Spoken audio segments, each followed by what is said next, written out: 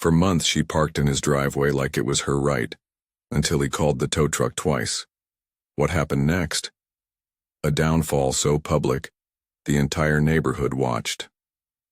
Reggie Carter was a patient man. He had to be. He spent his days managing a classroom full of middle schoolers in Lakeland, Florida, trying to make science exciting for kids who cared more about their phones than the periodic table. He had a system, a rhythm to his life, and he liked it that way. His home was his sanctuary, a modest but well-kept single-story brick house with a neatly trimmed lawn, a driveway just big enough for his car and the occasional visitor. It wasn't much, but it was his. A place where he could unwind, grade papers, and watch the game in peace. Until Blythe Vanderholt decided his driveway was hers. It started small. The first time Reggie saw her silver Lexus RX sitting in his driveway, he figured it was a mistake. Maybe she had guests over and they needed to shuffle cars around. No big deal. He let it go. But then, it happened again. And again. At first, Blythe always had a reason. She was just running inside for a second or dropping something off. She'd flash a tight-lipped smile, a dismissive wave of her manicured hand, and that was supposed to be enough. Reggie didn't like it, but he wasn't the type to make a fuss over nothing. Until the day he came home from work, tired, hungry, and ready to collapse on the couch, only to find her Lexus parked dead center in his driveway again. This time there was no one in sight. Reggie took a deep breath, exhaled through his nose, and knocked on Blythe's door. She answered with the kind of expression that made it clear she already knew why he was there. "Reggie, what's wrong?" she asked, feigning surprise, her tone dripping with condescension. Reggie nodded toward his driveway. "Your car's in my spot. Again." Blythe blinked as if the thought had never occurred to her. "Oh, I was just, well, I had a delivery and the driver needed room to back out." She smiled like that explanation should have ended the conversation. "You don't mind, do you?" "I do, actually." Reggie kept his voice calm. "I need you to stop parking in my driveway." Blythe sighed dramatically. "Well, I live right next door, Reggie. It's not like I'm parking on some stranger's property." "You're parking on mine," Blythe scoffed, rolling her eyes. "Are you really that bothered by a car sitting there for a few minutes?" "It's not a few minutes, it keeps happening," Reggie said, crossing his arms. "And I need it to stop." She let out a sharp laugh. All right. No need to get all worked up, I'll move it." She did that time. But it didn't stop. Over the next few weeks, the pattern continued.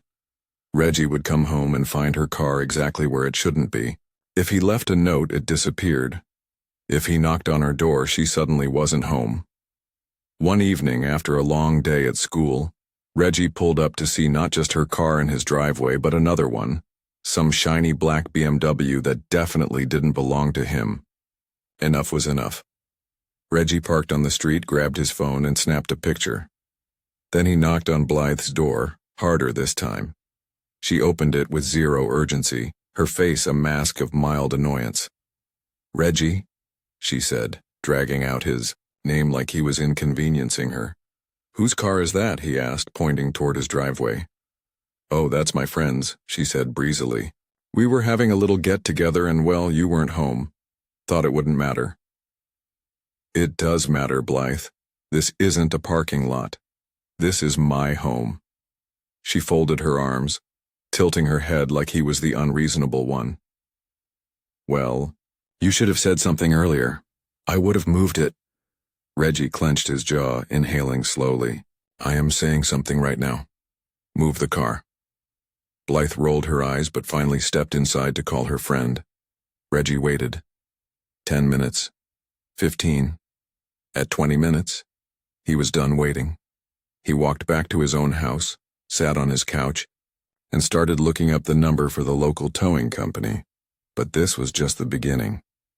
Reggie wasn't the type to stir up drama. He lived his life quietly, minded his business, and gave people the benefit of the doubt. But Blythe Vanderholt had officially crossed the line. The next morning, he left early for work. but not before calling the HOA. He didn't expect much. HOAs were notorious for siding with the people who had the most influence, and Blythe, she was practically royalty on the board. But he figured it was worth a shot. The response was exactly what he expected. "Sir, unless there is physical damage to your property, we really don't get involved in neighbor disputes," the bored-sounding woman on the other end said. "Have you tried speaking with her?" Reggie sighed. "That's all I've been doing." "Well, we can send a courtesy email, but that's about it." A courtesy email. Yeah, that'd teach her. But Reggie wasn't going to waste his energy arguing. He thanked the woman and hung up.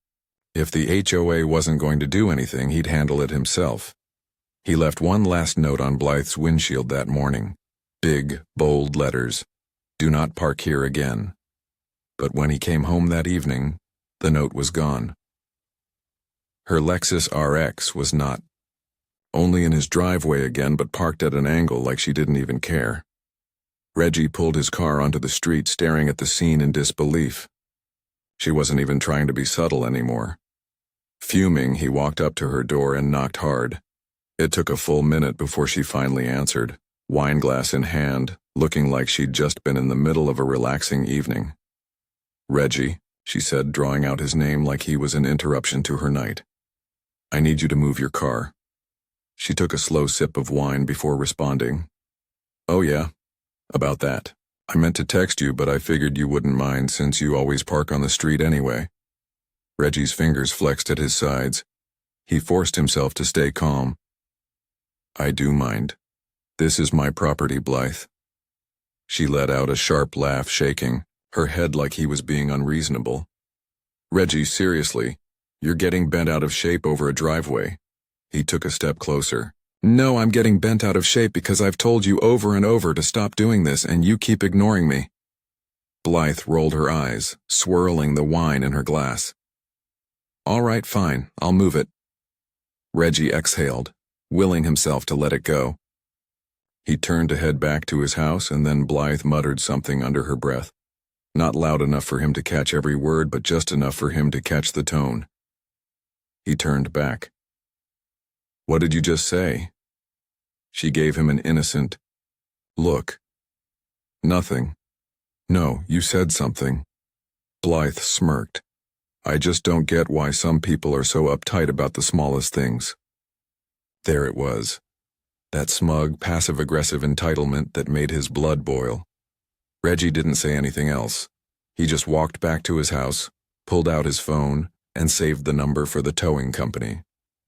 That night, as he sat on his couch grading papers, his mind kept replaying that conversation.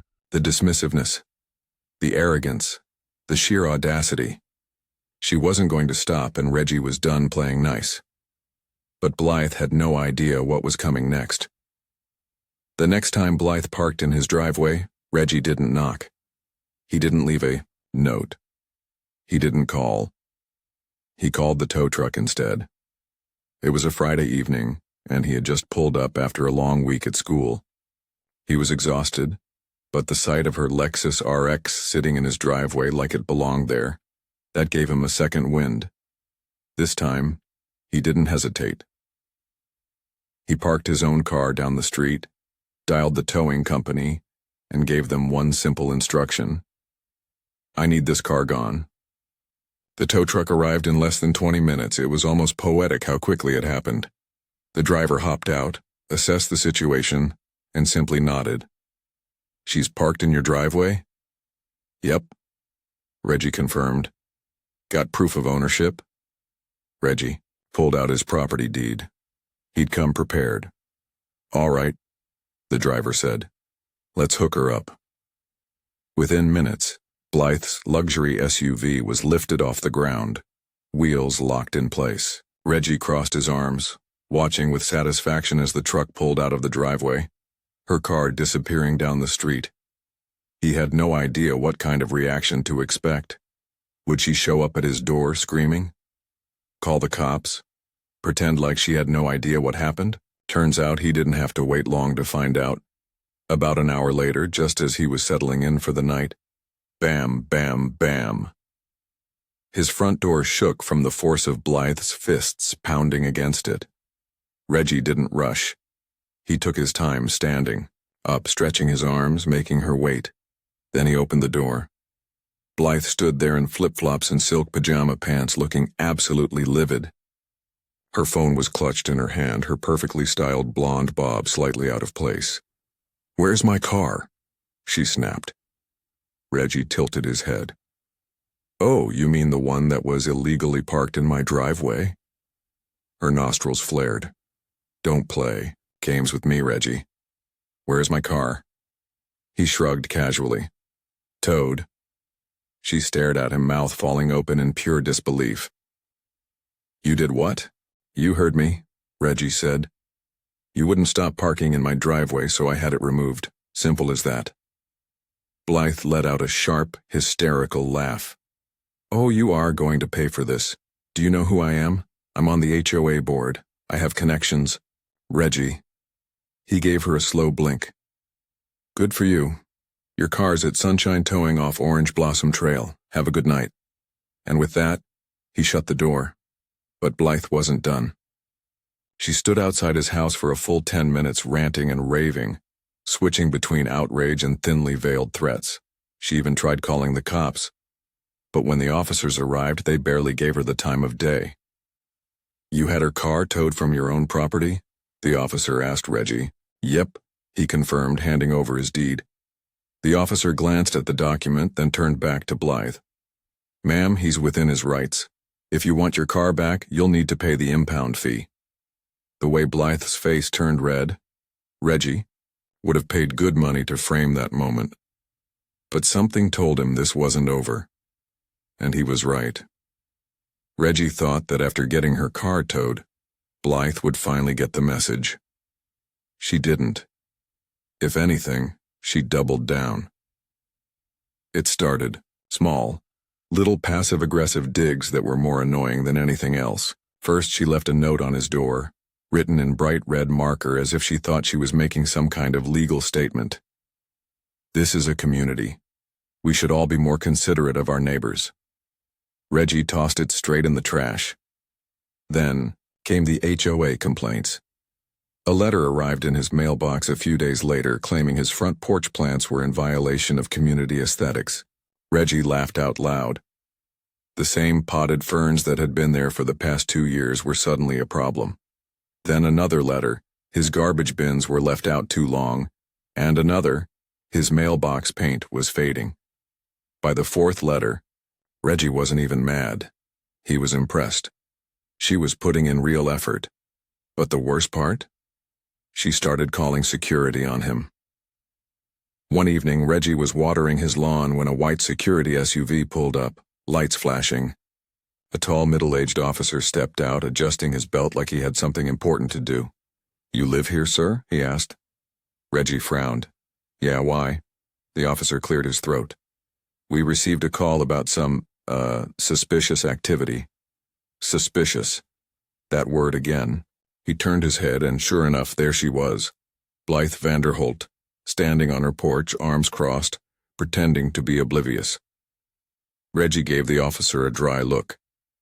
"So watering my lawn is suspicious now?" The officer had the decency to look uncomfortable. "Look, sir, Save it." Reggie cut him off. "I already know who called. Tell her to find a new hobby." The officer sighed, nodded, and walked back to his car. And Blythe? She smiled like she had won. Reggie wasn't having it. He marched straight up to her porch. "Blythe," she blinked, feigning innocence.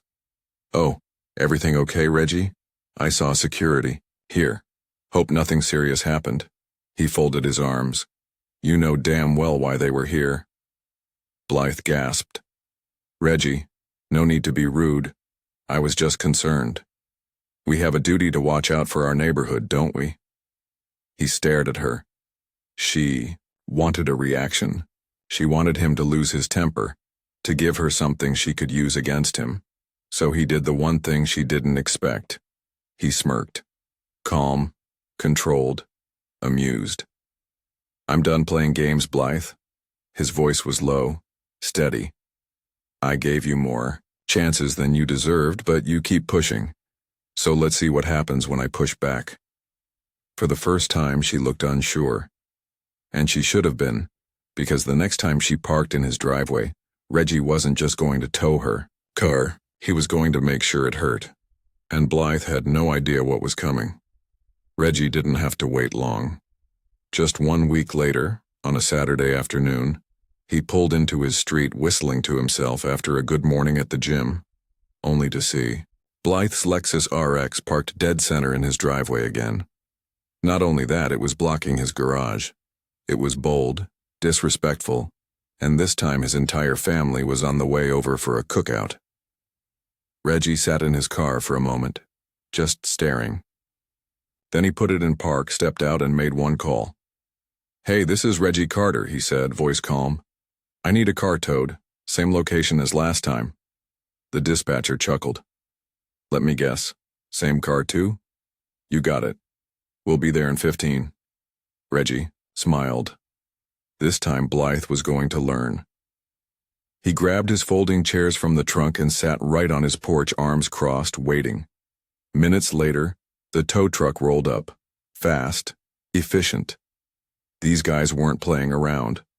The driver stepped out, adjusting his gloves. "Redoing this again?" "Looks like it," Reggie said, gesturing to the car. The guy shook his head, smirking. Some people never learn. With zero hesitation, the driver hooked up Blythe's Lexus and started lifting it onto the truck. That's when she came storming out. "Stop." Blythe screeched like she'd just caught someone robbing her house. "What are you doing?" Reggie leaned back in his chair, sipping from his water bottle like he had all the time in the world. The tow driver didn't even look at her. He was already strapping the wheels down. Blythe marched up to Reggie, eyes blazing. "You called the tow truck again?" He arched an eyebrow. "You parked in my driveway again." Her hands balled into fists. "I have guests over. There was no street parking." Reggie tilted his head. "Not my problem." She let out a frustrated growl. "You're being petty, Reggie. I told you I would have moved it." He sighed, casual, relaxed. "See, here's the thing, Blythe. You've told me that before. And yet here we are." Her face turned a shade of red that bordered on medical emergency. "You don't understand what you're doing," she hissed. "I have connections. I can make things very difficult for you." Reggie laughed. Actually laughed. "Oh, Blythe," he said, shaking his head. "I don't think you understand what's happening here." He gestured toward the tow truck. "Your car, it's already gone." She whirled around, and sure enough, the Lexus was halfway down the street. She let out a piercing shriek. "You're going to regret this," she snapped. Reggie stood up slowly, dusting off his jeans. "No, Blythe, you are." She stood there, seething, as he turned and walked inside, just as his family started arriving. And as they greeted him at the door, laughing, hugging, catching up, Blythe stood on her porch alone, but she wasn't done yet, and Reggie knew it. The second tow should have ended things, but Blythe, she wasn't the type to take a loss quietly. She wanted revenge, and this time she wanted the whole neighborhood to watch. By Monday morning, Reggie was the villain. At least, that's what Blythe wanted people to believe. The HOA board, her friends, sent out a community-wide email about the recent neighborly disputes that had escalated unnecessarily. The wording was carefully crafted, passive-aggressive but vague, making it seem like Reggie was the one causing trouble. Then the flyers started appearing. Yes, flyers, printed, laminated, and taped to every mailbox on the street. Is this the kind of community we want? Do we tow our neighbors instead of talking to them? It was laughable. Reggie yanked the one off his own mailbox and shook his head. She was really doing all this over a driveway. But the best part? Nobody was buying it. Blythe had pushed her luck one too many times. The morning after her latest stunt, Reggie's phone lit up with messages. Neighbors, parents from the school, even a few HOA members who weren't in Blythe's pocket. "Hey man, saw the flyer. What the hell is wrong with her?" We all know she's a nightmare. She tried to fine me $200 last year for a wind chime.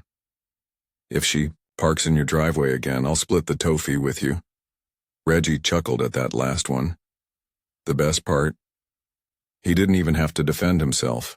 People had seen her antics for years. The unnecessary complaints, the fines, the power trips. And now that she was embarrassing herself so publicly, they were turning on her. Then came the HOA meeting. Normally, Reggie didn't bother going. But this time he had a front row seat. He walked in, arms crossed, and took a seat right across from Blythe. She refused to look at him. The meeting started with the usual nonsense: budget talk, landscaping updates, a reminder about trash bin placement. Then one of the board members cleared his throat. We need to address a complaint that's been filed regarding misuse of private property. Reggie leaned back, waiting. Blythe sat up straighter. She was ready to play the victim, but the board member kept going. The complaint is against Blythe Vanderholt. Reggie didn't even hide his grin. Blythe's head snapped toward the board. Excuse me? A few members shifted uncomfortably. One of them, a woman in her 60s, sighed. Blythe, we've had multiple reports of you harassing residents and using HOA resources for personal grievances. Blythe's jaw dropped. That's ridiculous. I'm the one being harassed. But the board member kept reading. We've reviewed several complaints, including misuse of security calls, unauthorized HOA communications, and retaliatory actions against residents. Blythe turned to the board, eyes wide. You're taking his side? The woman shook her head. We're taking the side of the community. Blythe opened her mouth, but she had nothing to say. She looked around the room, searching for support, but found none. She wasn't in control anymore, and for the first time she knew it. But Reggie wasn't done watching her fall. Blythe was losing control, and she knew it. For years, she'd ruled over the neighborhood like a self-appointed queen, using the HOA to bend the rules to her will. But now her influence was slipping through her fingers, and she was desperate to grab onto anything to get it back. That's when she made her final mistake. 2 days after the HOA meeting, Reggie was pulling into his driveway when he noticed something strange. His trash cans were missing. Not tipped over, not moved to the side, just gone. He stepped out of his car, scanning the street. And then he saw them. Behind Blythe's house, stacked neatly like she had taken them on purpose. Reggie laughed out, loud. This woman had tried emails, flyers, security calls, and HOA fines, and now she had resorted to stealing trash cans. It was pathetic, but Reggie wasn't going to let it slide. He pulled out his phone, snapped a few clear photos, then calmly walked up to her front door. Knock, knock. No answer. Reggie knocked again, harder. After a long pause, the door cracked open, and there she was. Blythe looked different. No smug expression, no fake smile. Just tired, like she already knew she had lost. Reggie held up his phone. You want to tell me why my trash cans are in your backyard? She crossed her arms. I don't know what you're talking about. Reggie let out a low chuckle. Blythe, I have pictures. Let's not do this. She stared at him, silent. You've lost. He said simply. You can't find me, you can't call security, the HOA isn't backing you, and now you're out here stealing trash cans like a crazy person. Blythe's eyes flashed with something sharp, but she didn't speak. Reggie took a step closer, calm, steady, unbothered. You've spent months trying to make my life hell, but now... He gestured to her quiet, dark house. Seems like you're the one who's miserable. She swallowed hard, her lips pressing together. Then, without another word, she shut the door. Reggie smiled. That was the smartest thing she'd done all year, but there was still one last piece of justice left. The next morning, Reggie filed an official complaint with the HOA, this time against Blythe. The evidence was stacked against her. Harassment reports from multiple neighbors, false security calls, unauthorized HOA communications, and now theft. By the end of the week, the board had no choice but to take action. Blythe Vanderholt was removed from the HOA board. Her power, gone. Her control, over, and the best part, she never parked in Reggie's driveway again, because some people only learn when they have everything taken away. Blythe never spoke to Reggie again. Not a single word. No glares, no smug little smirks, no passive-aggressive complaints about his plants or his trash cans. She avoided him completely. And honestly, that was the best outcome he could have asked for. For the first time in months, Reggie could pull into his driveway without hesitation. No cars blocking his way, no notes left on his door, no ridiculous HOA fines, just peace. But the neighborhood wasn't done talking. Blythe's downfall had become local legend. The woman who once ruled over the HOA with an iron fist had been kicked out of her own kingdom. People who had never spoken up before suddenly found their voices. She fined me $75 for leaving my bike on my porch once. She called security on my nephew because he was wearing a hoodie. I've lived here for 10 years and I've never seen her actually help anyone. Reggie realized something. She had been a problem long before she came after him. He just happened to be the first one who fought back. And when he did, the whole community followed. But karma wasn't done with Blythe yet. A few months later, a for sale sign popped up in her yard. She was moving. Some said it was because she was embarrassed. Others whispered that she had too many enemies now to feel comfortable staying. Reggie didn't care why. When the moving trucks finally pulled away, he stepped onto his porch, took a deep breath, and let it all sink in. The fight was over, and he had won. The lesson: some people think they can push others around forever. They think they can get away with being selfish, manipulative, and downright cruel because no one has ever held them accountable. But eventually, they mess with the wrong person, and when that person stands up, the whole world watches them fall. If you enjoyed this story, don't forget to subscribe. There's always more where that came from.